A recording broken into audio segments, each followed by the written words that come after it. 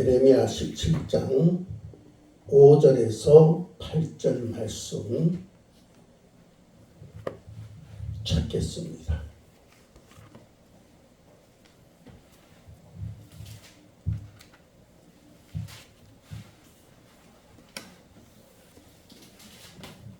구약성경 예레미야 17장 5절에서 8절 말씀.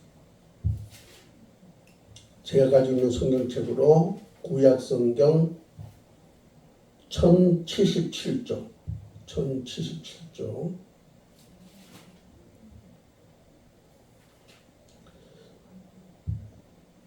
교독합니다.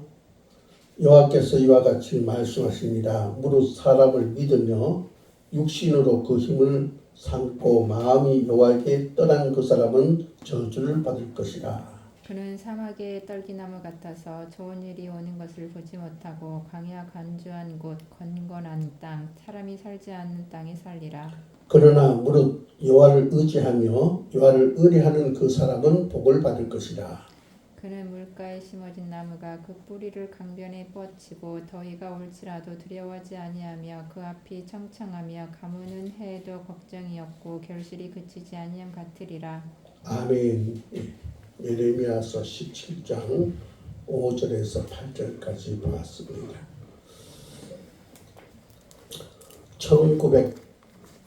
1850년도에 영국 도버의 크리스천 가정에서 태어난 루이자라는 사람이 미국으로 건너가서 스테드라는 사람과 만나서 결혼을 했어요. 예. 국제적인 결혼이죠. 영국 사람 루이자가 미국 사람 스테드와 더불어 결혼을 했는데 이제 결혼생활 하는 가운데 아이가 생겼는데 그 아이가 자라서 4살이 됐습니다. 그래서 이제 이 아이가 4살이 돼서 이제 좀 뛰어다니고 하니까 이제 이 부부가 미국 동북부 뉴욕주의 남동쪽 해안에 있는 섬 롱아일랜드 해수욕장으로 가서 이제 휴가를 보냅니다. 예. 그래서 이제 그 해수욕장 가서 일광욕을 즐기고 있는데 그 일광을 즐기고 있을 때 바다 저쪽에서 한 소리에 비명을 지릅니다. 나 좀 살려주세요. 나 좀 살려주세요. 그래서 남편이 딱 보니까 아이가 지금 구원을 요청하고 있거든요.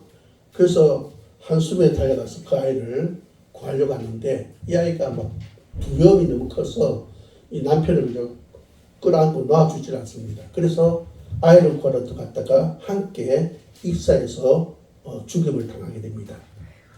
이 루이자는 뜻하지 않게 휴가 가서 남편을 잃게 되고 그런 가운데 큰 충격을 받습니다. 그래서 1주간 동안 음식을 준비하고 하나님께 울부짖습니다. 하나님, 왜 나에게 이런 시련을 주십니까? 하면서 울부짖습니다. 그때 하나님께서 그 루이자에게 찬송 시를 주셨는데 그 시가 뭐냐면은 구주 예수 의지함이 심히 기쁜 일세 허락하심 받았으니 의심 아주 없도다. 예.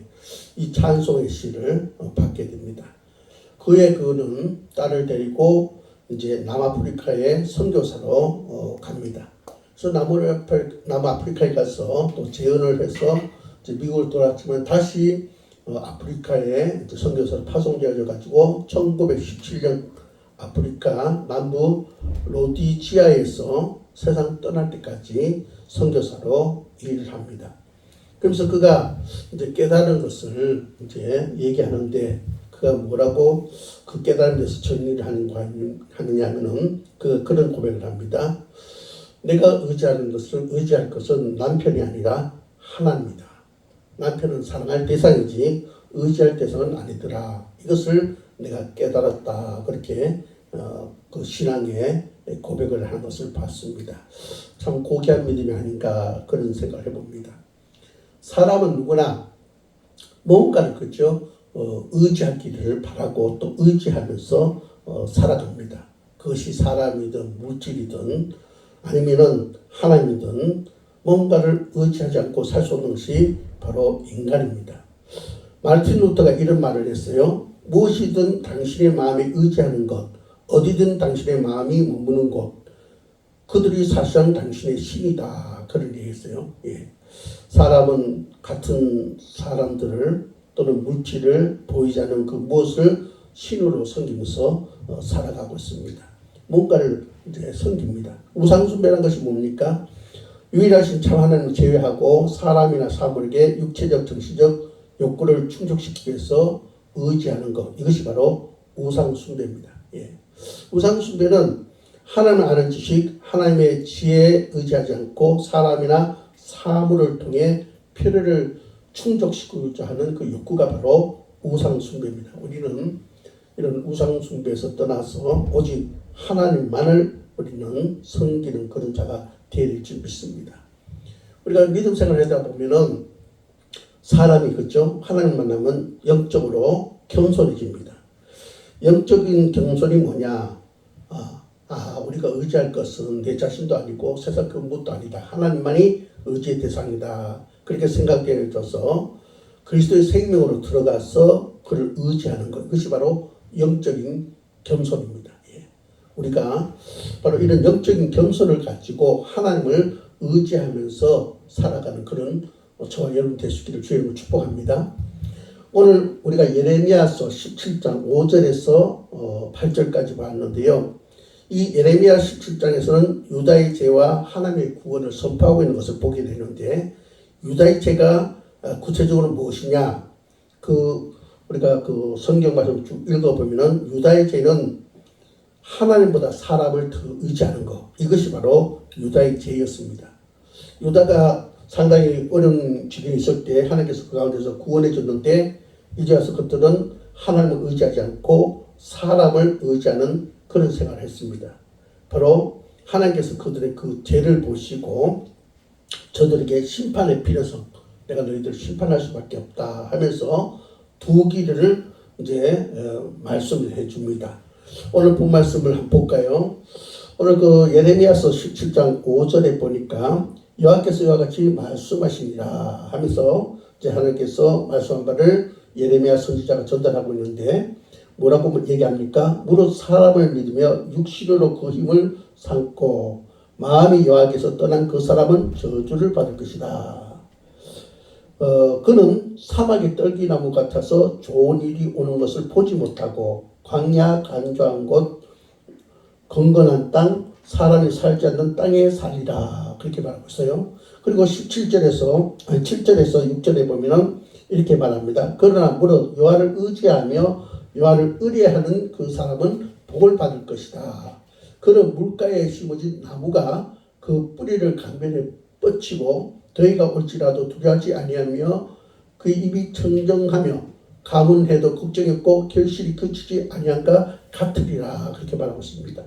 그러니까 유다가 지금 하나님을 의지해야 되는데 사람을 의지하니까 저들이 이제 사람만 의지하는 가운데 살아가니까 하나님께서 저들에게 심판할 수밖에 없다는 사실을 얘기하면서 두 가지를 제시하죠. 둘 중에 하나를 분명히 너희들 선택하라 하면서 5절에서 6절에 뭐를 말합니까? 여호와를 바로 의지하는 자가 되라. 여호와를 의지하지 않고 무릇 사람을 믿으며 육신으로 그의 힘을 삼고 사는 자는 하나님을 떠난 자는 바로 저주를 받을 것이다 하면서 그 저주가 뭐냐? 6절에 보니까 사막의 떨기나무 같아서 좋은 일이 오는 것을 보지 못하고 광야 간조한 곳 건건한 땅 사람이 살지 않는 땅에서 살리라 이렇게 말씀을 하고 있습니다. 그러면서 또 다른 길을 제시하죠. 여호와를 의지하며 의뢰한 자는 어떻게 되냐? 복을 받게 된다 하면서 8절에서 이렇게 설명합니다. 하나님을 의지하는 자, 하나님을 의뢰하는 자는 물가에 심어진 나무와 같아서 그 뿌리가 강변에 이렇게 뻗어져 있어가지고 더위가 올지라도 문제가 되지 않고 항상 잎사귀가 청정하며 가뭄해도 걱정이 없고 결실을 그치지 않는다. 열매를 맺게 된다. 바로 하나님을 의지하고 여호와를 의뢰하는 자가 바로 마치 이와 같은 복을 누리게 된다. 그렇게 말씀하고 있습니다. 자, 오늘 이 말씀을 가지고 하나님께서는 예레미야 선지자를 통해서 유다가 어떤 길을 택할 것인가 다시 한번 기회를 주는 거죠. 둘 중에 하나를 명확하게 선택할 것을 말해주고 있습니다. 오늘 우리들은 하나님을 믿는 자로서 믿음의 사람을 살아가고 있습니다. 하지만 우리 삶 속에서 우리는 진정 하나님을 의지하고 있는가, 아니면은 세상 것 사람을 의지하고 있지 않는가 한번 돌아보면서 우리의 믿음을 명확하게 하고 그 결과가 또 명확하게 어떠한가를 우리는 알고 살아가는 저와 여러분이 되어야 될 줄 믿습니다. 오늘 성경 말씀에 여호와를 의지하지 않는 것은 곧 뭐냐? 사람을 믿는 것이다. 예, 사람을 믿는 것은 세상에 속한 모든 것을 다 포함하고 있는 거죠. 예, 사람을 믿는 것이다. 그래서 예레미야 17장 5절에 여호와께서 이와 같이 말씀하시니라. 무릇 사람을 믿으며 육신으로 그의 힘을 삼고 마음이 여호와께서 떠난 그 사람은 저주를 받을 것이다. 그렇게 말하고 있어요. 사람을 믿고 사람을 의지하고 하나님을 떠난 사람의 말로가 어떻게 되냐? 저주를 받게 된다. 예. 여기서 이 사람이란 단어가 나오는데 이 사람이란 단어를 히브리어에 보면은 세 가지 단어를 쓰고 있습니다. 첫째는 아담. 이 아담은 아다마에서 온 말인데 아담은 흙이거든요. 아담은 흙, 즉 하나님께서 인간을 흙으로 지으셨거든요. 그래서 사람을 아담이다 합니다. 즉 인간이라 그런 뜻을 말하고 있습니다. 그러니까 하나님께서 창조하신 그 피조물이다 그런 얘기죠. 둘째로는 이 사람이라는 그 히브리어 단어가 아담 다음에 또 뭐가 있냐면은 바사르라는 말이 있습니다. 바사르. 이 바사르라는 말은 뭐냐면은 전능하신 하나님의 대조에서 인생은 연약하고 결함이 많은 자다 그런 뜻입니다. 바로 육신을 말합니다. 육신. 이 바사르라는 것은 육신을 말하는데 이 흙으로 된 그 모양을 갖고 있는 것을 육신이라 하죠. 그죠? 하나님께서 흙으로 지었으니까. 예. 흙으로 만들어진 이 몸을 갖고 있는 자는 전능하신 하나님의 대조할 때 힘이 연약하고 결함이 많은 자다. 바로 그런 의미가 있습니다. 그 다음에 마지막으로 이 사람이라는 말은 히브리 단어에 게베르라는 말이 있습니다. 게베르는 용사다 그런 말이에요. 또 강한 자다 그런 말입니다. 예. 그러나 하나님과 비교해 볼 때는 아무것도 아니라는 사실을 바로 말해주고 있습니다. 그러므로 우리는 어떻습니까? 사람을 믿어서는 안 된다. 육신으로 그의 힘을 삼는 그런 어리석은 자가 되서는 안 된다. 그런 자들은 여호와께서 떠난 자이고 그 결과는 저주가 임하게 된다. 그렇게 말하고 있어요.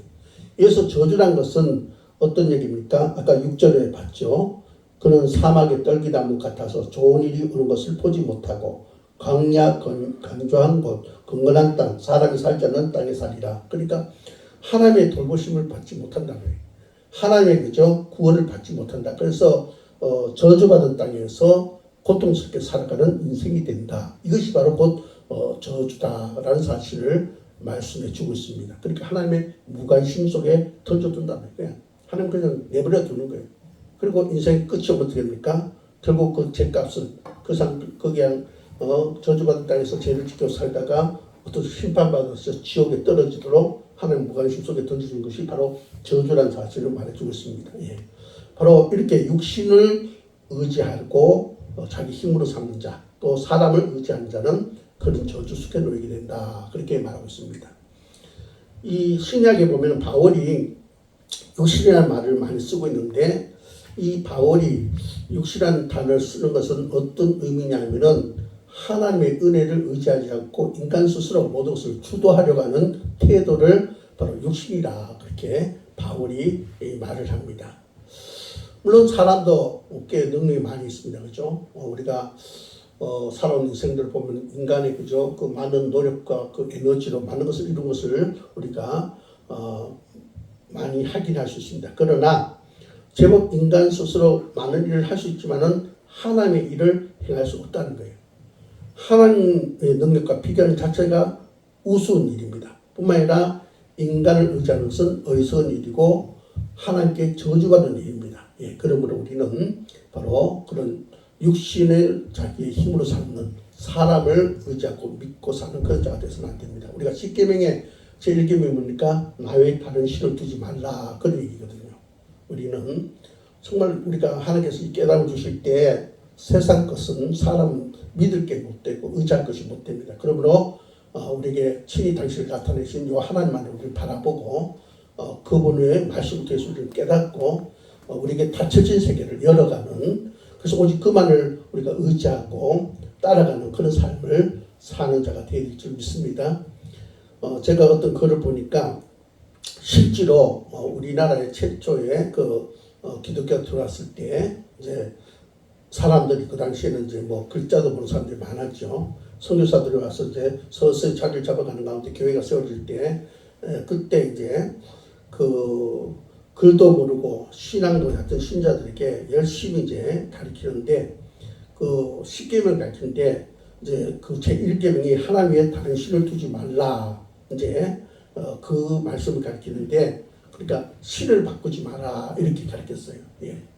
그랬더니 사람들이 예수 믿는 사람은 신을 바꿔서는 안 되겠구나 하면서 그렇게 이제 가르침 받고 그렇게 이제 생각하고 있었는데 하루는 이제 선교사님이 질문했대요. 여러분 우리 10계명 가운데 제1계명이 뭡니까? 그랬더니 할머니가 손을 들더래요. 내가 안다고 대답해 보시라니까 교회 가서 나갈 때 신을 받고 싶지 말라고 그렇게 제1계명에 그렇게 돼 있다고 말씀하더라. 그렇게 얘기하더라고요. 그 신이 아니죠. 예. 하나님, 그죠? 예. 예. 하나님의 다른 신을 두지 마라. 그런 얘기인데, 신을 바꾸지 마라. 이래서, 신발을 바꾸 신지 말아라. 이제 그렇게 잘못 들어서 그렇게 얘기하는 우스갯소리가 있습니다. 우리는 어쨌든 우리 중심에는 하나님을 모시고 사는 자가 되게 됩니다. 예. 우리가 다른 것으로 그것을 대체하는 것은 참으로 어리석은 겁니다. 우리가 다니엘서에 보면은 굉장히 중요한 그런 이야기를 하고 있습니다. 다니엘서에 보면 느부갓네살 왕의 신상 이야기를 하고 있어요. 이것은 아주 유명한 이야기고 중요한 얘기인데 그 신상을 보면은 신상이 어떻게 이제 그 모양을 하고 있느냐 그것을 말하고 있는데 그 머리는 금이고 가슴과 두 팔은 은이고 배와 넓적다리는 못이고 종아리는 새이고 발의 얼마는 새이고 얼마는 진흙이다. 이제 그런 이제 이야기를 합니다. 금 신상이 이제 그 누가복음에 숨기던 그 신상이 바로 그런 모양을 하고 있다.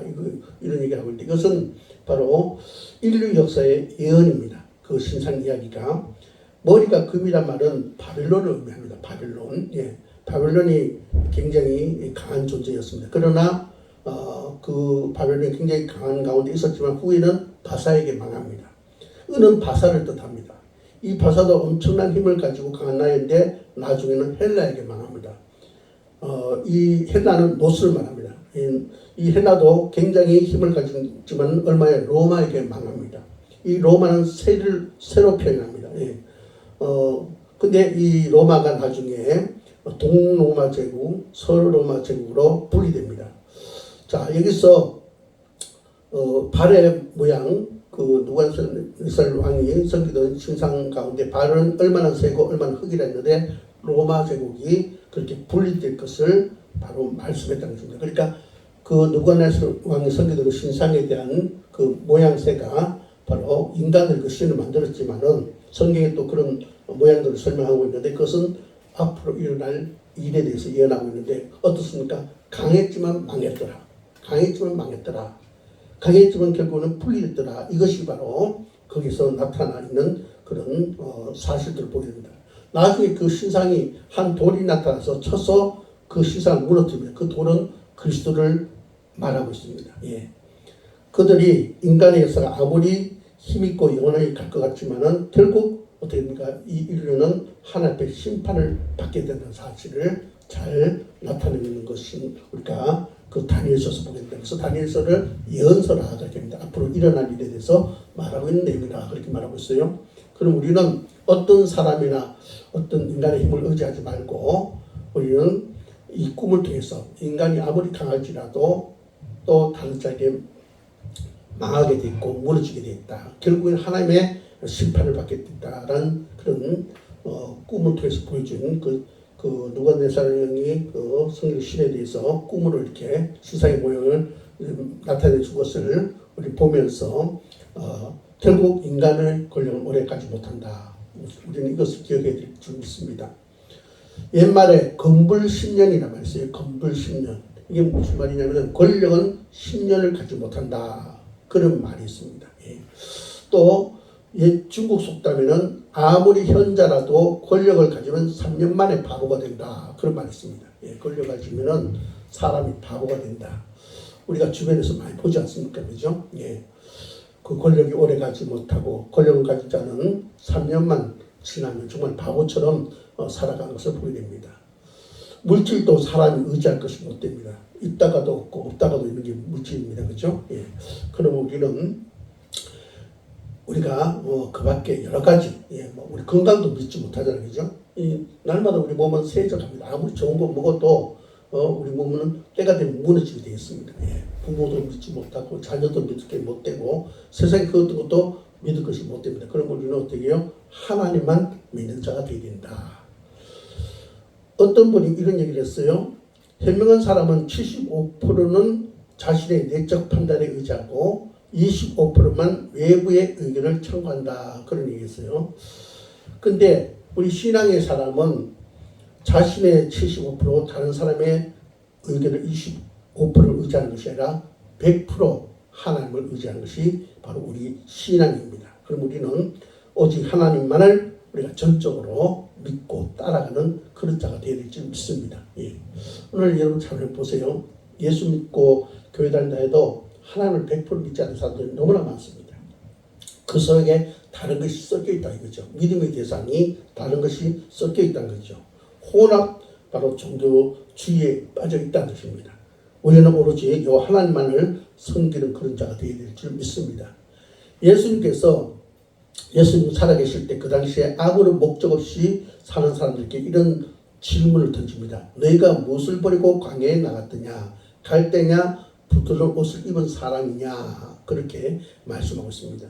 갈대를 의지하고 살 수 있느냐? 갈대는 수시로 흔들리죠. 그렇죠? 그러면 우리의 의지 대상이 될 수 없습니다.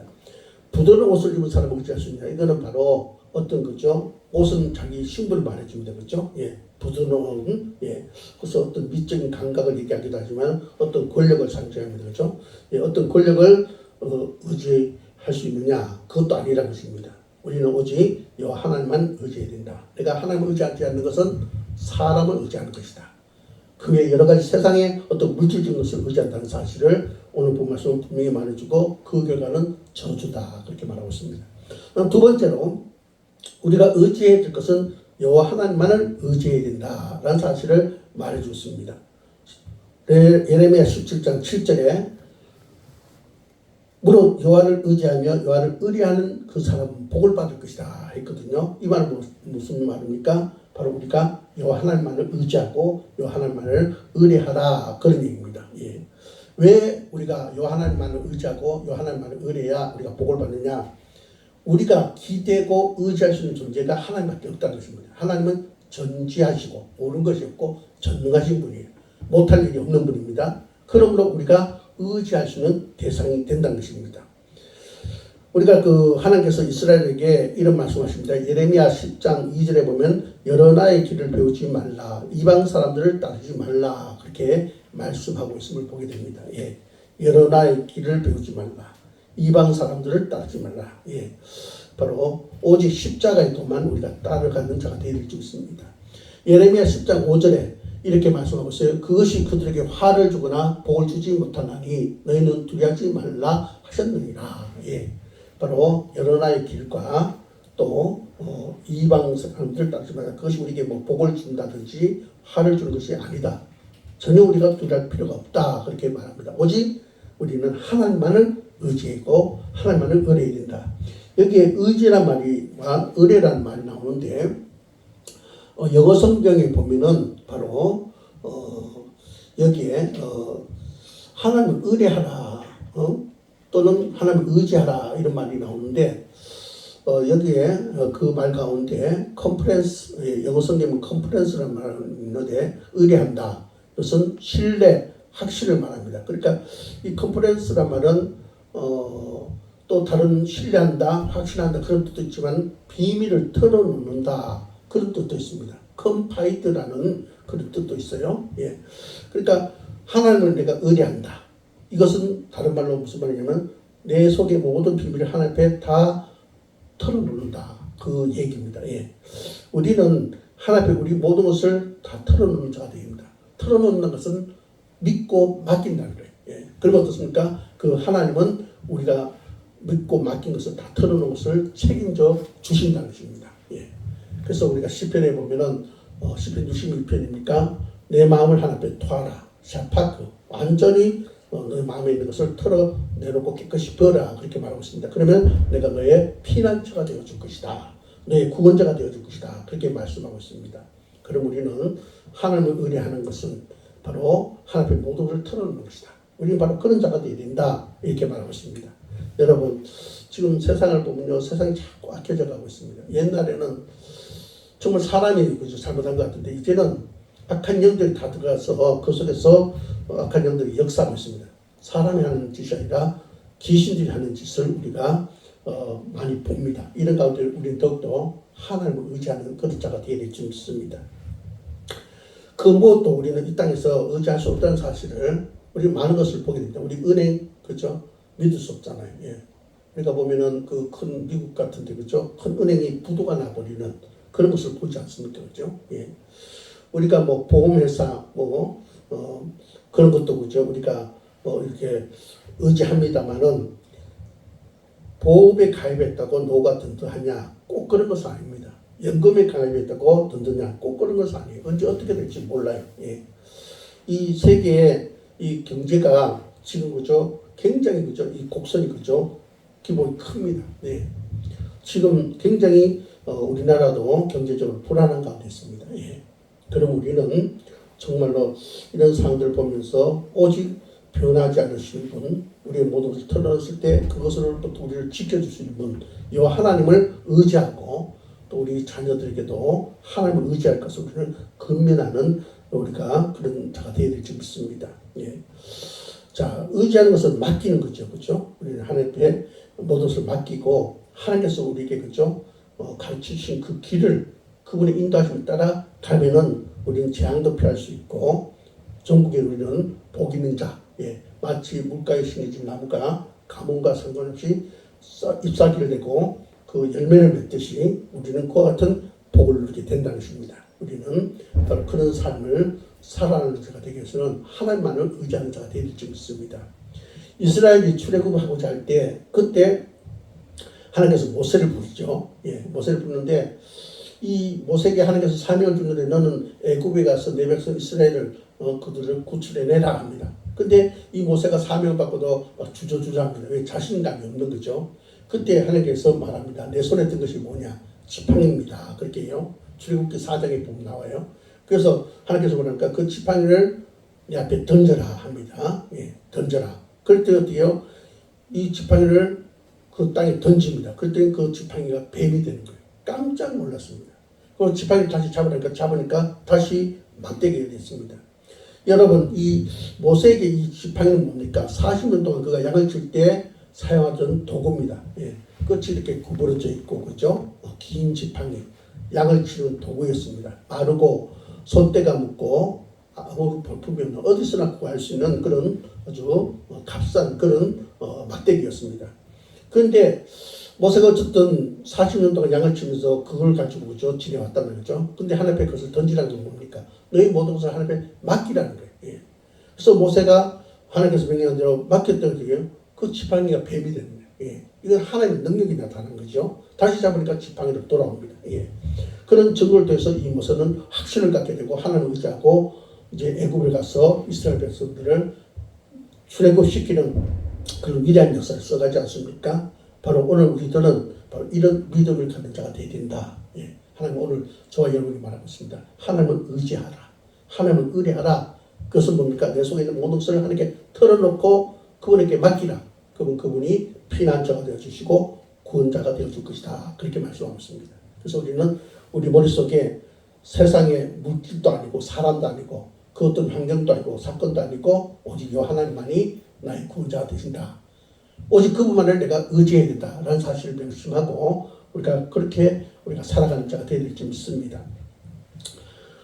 제가 이렇게 어떤 자료를 보다 보니까 미국 애리조나주에 그랜드 캐년이라는 곳이 있는데 그랜드 캐년 많이 들어봤죠? 협곡이 있는데 거기에 보니까 스카이워크가 있어요. 스카이워크 전망대가 있는데 그 전망대가 어떻게 생겼냐면요. 이 절벽 있잖아요.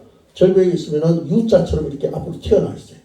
튀어나와 있는데 이 U자처럼 튀어나와 있는데 그 밑에가 바닥에 유리. 그래서 절벽 밑을 그죠? 이렇게 한 바퀴 이렇게 돌 수 있도록 걸어갈 수 있도록 해놨어요. 예. 그런데 그 밑에 이 절벽을 보면요. 사지가 들어서 못 걷는 거예요.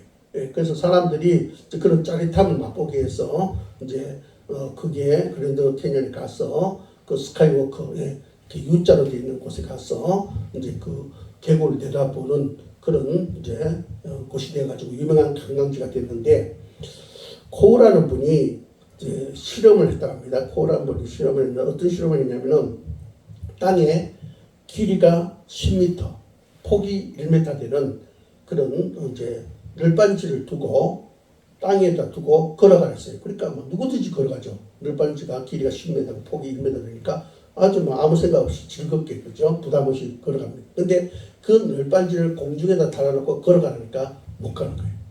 예. 그렇게 아무나 가는 사람이 소수만 가고 나머지는 무서워서 못 가는 거예요. 왜냐? 떨어질까봐. 예. 떨어질까봐. 여러분, 우리들이 하나님은 그죠? 우리가 그 땅바닥에 있는 늘판지처럼 믿을 수 있는 분입니다. 그럼 우리는 어떻게 해요? 누구나 가면 되는 거예요. 여기 맡기고 우리가 가면 되는 거예요. 우리가 시편 37편 5절에 보니까 이렇게 말씀합니다. 내 길을 여호와께 맡기라. 그를 의지하면 그가 이루시고. 잠언 16장 3절에 너희 행사를 여호와께 맡기라. 그리하면 내가 경영한 것이 이루어지리라. 베드로전서 5장 7절에 너희 염려를 다 주께 맡겨라. 이는 그가 너희를 돌보심이라. 그렇게 말했습니다. 맡겨라. 누구에게요? 하나님께 맡겨라. 그렇게 말씀하고 있습니다. 오늘 결론을 짓습니다. 여러분, 우리는 사람을 의지하지 말고 또 어떤 그저 육신의 나의 힘을 삼지 말고 우리는 하나님을 의뢰하는 자, 하나님을 의지하는 그런 자가 되어야 될 줄 믿습니다. 오늘 이 말씀을 통해서 여러분이 하나님을 의지함으로 복을 누린 자가 될 수 있도록 세상 것을 육신의 것을 힘으로 삼았다가 저주받는 자가 되지 않기를 주의 이름으로 축복합니다. 기도드리겠습니다. 하나님 감사합니다. 이 시대가 불안한 가운데 두려고 염려하고 있는 저희들 미래에 어떤 일이 일어날지 모르는 가운데 있는 그런 삶 속에 있습니다. 지금 우리가 보자며 보니까 어떤 나라는 홍수가 나서 많은 수천 명의 사람들이 죽임을 당하고 어떤 나라는 또 아버지 하나님 지진이 일어나서 수만 명이 죽임을 당하는 그런 아버지하며 일들이 벌어지고 있는 것을 보게 됩니다. 예전에 어떤 대형 화재가 일어나고 많은 사건 사고가 일어나며 전쟁이 지금 일어나 아버지하며 정말 날마다 생명들이 죽임을 당하는 고통을 겪는 일들이 벌어지고 있습니다.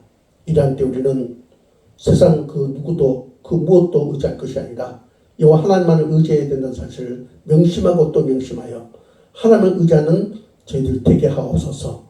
그래서 복을 누린 자가 되어 아버지 앞에 찬송과 영을 돌리는 자 되게 하시고 마지막 때에 구원에 이르는 저희들 될 수 있도록 도와주시옵소서. 예수님의 이름으로 간절히 기도합니다. 아멘.